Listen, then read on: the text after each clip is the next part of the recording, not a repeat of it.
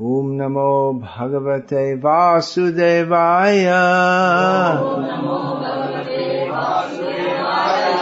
Om Namo Bhagavate Vasudevaya. Om Namo Bhagavate Vasudevaya.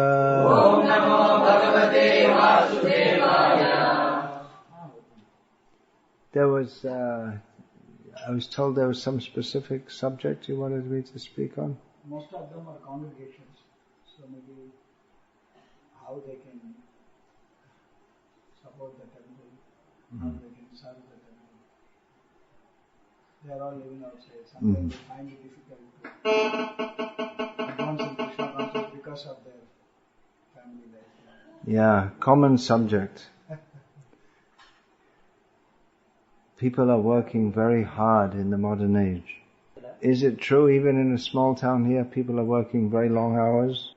Long hours? In Bombay we see, I often used to go in Bombay for catching a night train at about midnight, going overnight to Gujarat. And we'd see the local trains coming at that time packed with people coming back from work. And going into Bombay from 6 o'clock in the morning, the train's absolutely packed. So it's a very common thing that people, was and is a very common thing that people go early in the morning, come back late at night, working. Our ISKCON World Headquarters is in Mayapur in West Bengal. So the way we always used to go there was by train from Calcutta to Krishnanagar, more than 100 kilometers. No, not from Howrah, from Shelda. And early in the morning, if we went from Mayapur to Krishnanagar, we'd find the train is full of people going into work.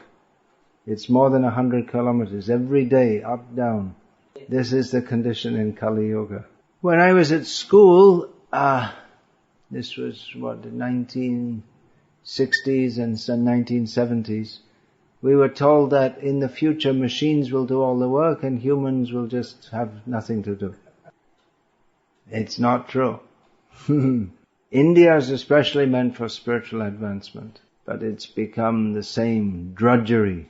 You know that word? Drudgery means miserable, hard work with no pleasure in it whatsoever. And they're not content with sending all the men, they want to send all the women in the name of women's liberation. The women also have to go and work and have so much stress and strain and tension. And they've convinced everyone that if you work hard, then you're called a success. The children from 5 o'clock in the morning should be doing tuitions. Then again in the evening they're doing tuitions. So they're working practically 12 hours just as children doing studies. So they can go to university and study more. So they can get a job working 14 hours a day, and that's called a success. This is called insanity. Not insaniyat. That's a different word. That's in Urdu. Insaniyat means humanity. So even people want to be Krishna conscious, but it becomes difficult because time restraint is one thing. And the whole society is in a different mood altogether. If you tell people, I want to only take Krishna Prasad, no meat, they'll say, what? You won't get enough strength. How can you work hard? You can't enjoy sex unless you eat lots of meat and become strong. So they think that is the goal of life. Eat meat, become strong, and have sex like dogs on the street. And they'll have to go to hell, they don't believe. I don't believe. I believe in Periyar. He says there's no God. In Bhagavad Gita we have Sri Bhagavan Uvacha. Everyone used to believe what Krishna said in Bhagavad Gita. Now they believe Sri Periyar Uvacha. Where is Periyar now? Oh, mosquito. Oh, that was Periyar. Mosquito. They take birth in lower species due to their sinful outlook. So this Krishna conscious movement is offering an alternative to this foolish, exploitive, sinful society. Foolish, exploitive, sinful. Exploitive. We have to take advantage of it. Somehow we have to find time in our lives. Put aside time for chanting Hare Krishna. To advance in Krishna consciousness requires we have to spend time every day. Actually, we should chant, Chaitanya Mahaprabhu said, Kirtaniya Sada Hari. We should always chant the name of Krishna. Chaitanya Mahaprabhu wanted his followers to chant at least 1 lakh names, 64 rounds of the Hare Krishna mantra. Srila Prabhupada gave some concession, made it 1/4 of that, 16 rounds. But that takes some time. 1.5 to 2 hours. Most devotees chanting, it takes them about 1.5 to 2 hours. Then we're supposed to have kirtan every day. Actually morning and evening. If not throughout the day, then morning and evening. Then we should study Srila Prabhupada's books, attend talks like this daily. So it takes time. But we need to spend that time to become Krishna conscious. Without that, jivan to miche, life is meaningless. Krishna conscious means Krishna Chaitanya. Chaitanya means to be conscious. Krishna conscious means that Krishna is always in our mind. At the present, our mind is thinking of so many things. If you can see some gymnast, how they jump and they bend and it's quite amazing to see gymnasts go backward, stand on their hands with their legs in the air, all kinds of amazing things. But the mind is more jumping here and there, just all over the place. So Krishna conscious means Savai Mana Krishna Padara Vindayoho, to place the mind at the lotus feet of Krishna. So to facilitate that, so many great devotees established so many temples. Just opposite here, as you all know, is a beautiful temple of Venugopala Swami. The temple is to give people an opportunity to serve Krishna and remember Krishna. And at very least, people can come in the morning and fold their hands before the Lord. I think there are many people like that, isn't it? They come in the temple in the morning, fold their hands, and they go.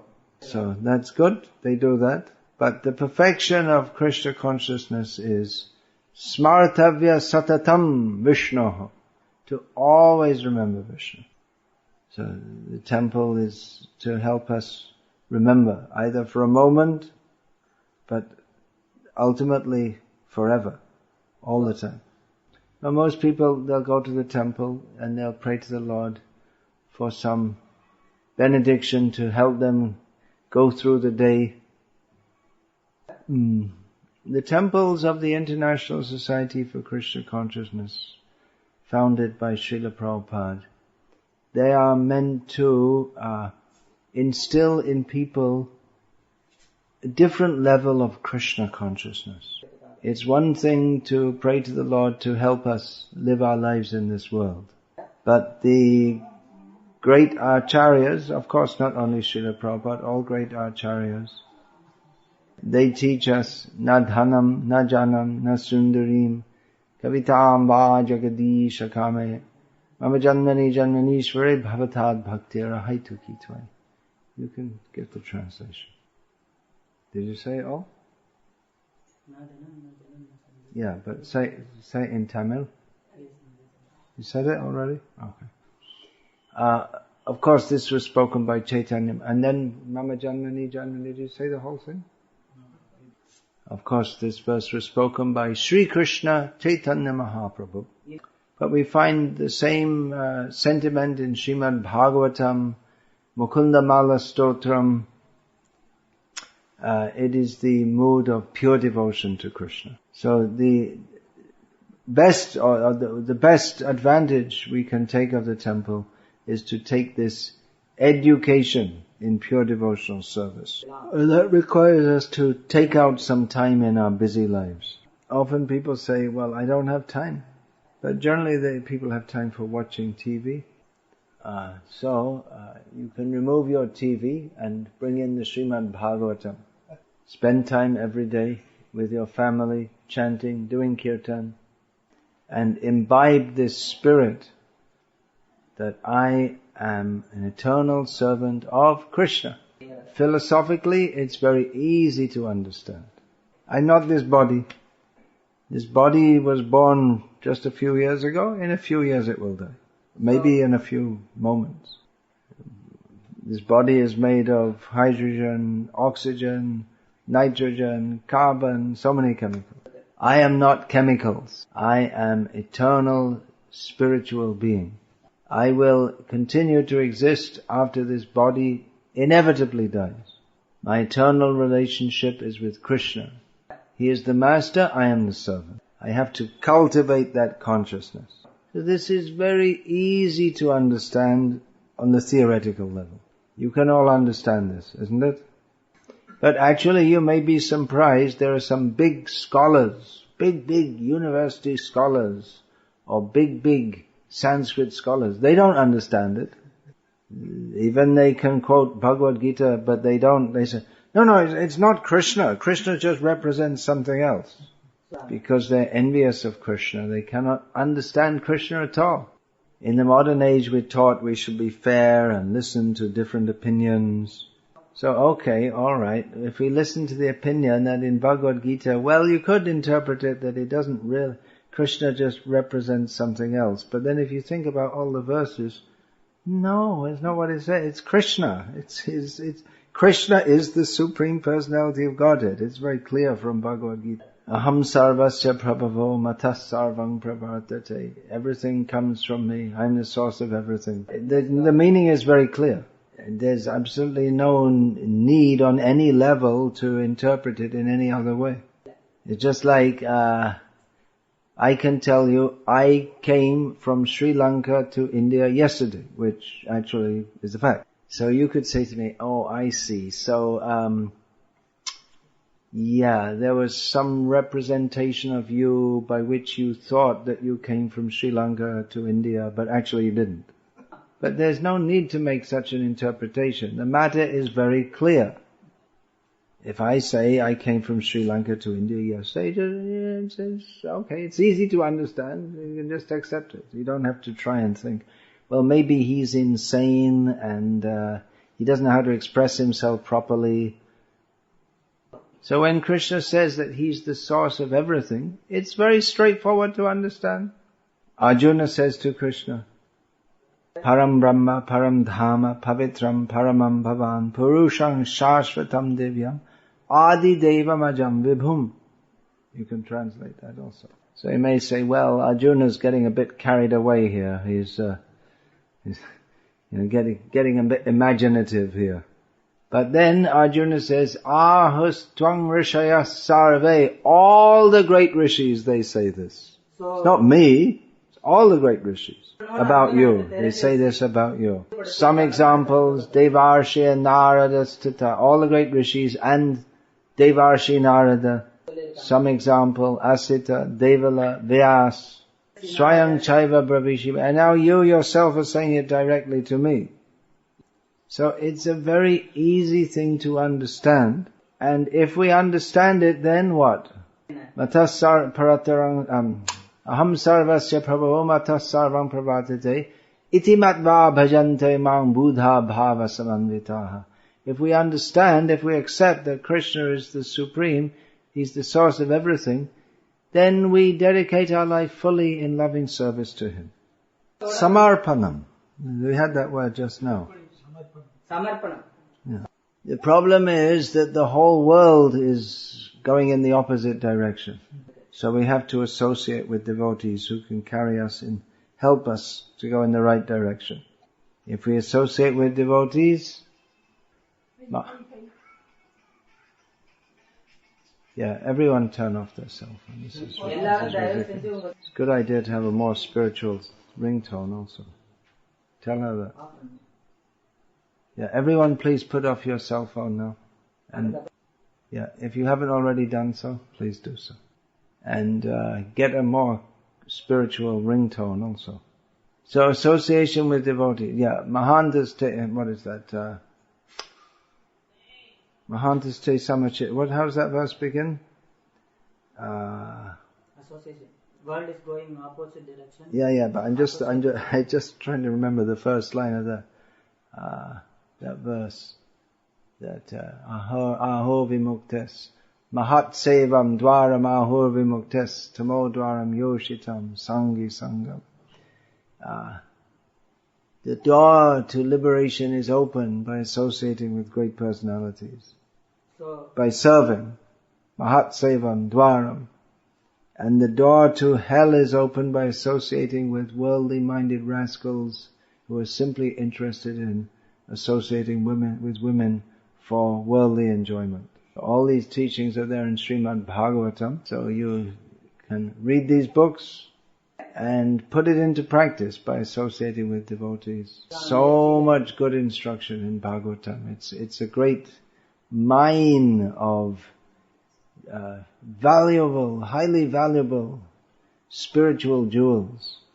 People like to decorate themselves with jewelry, especially the ladies. But previously, men also used to wear earrings and so many things.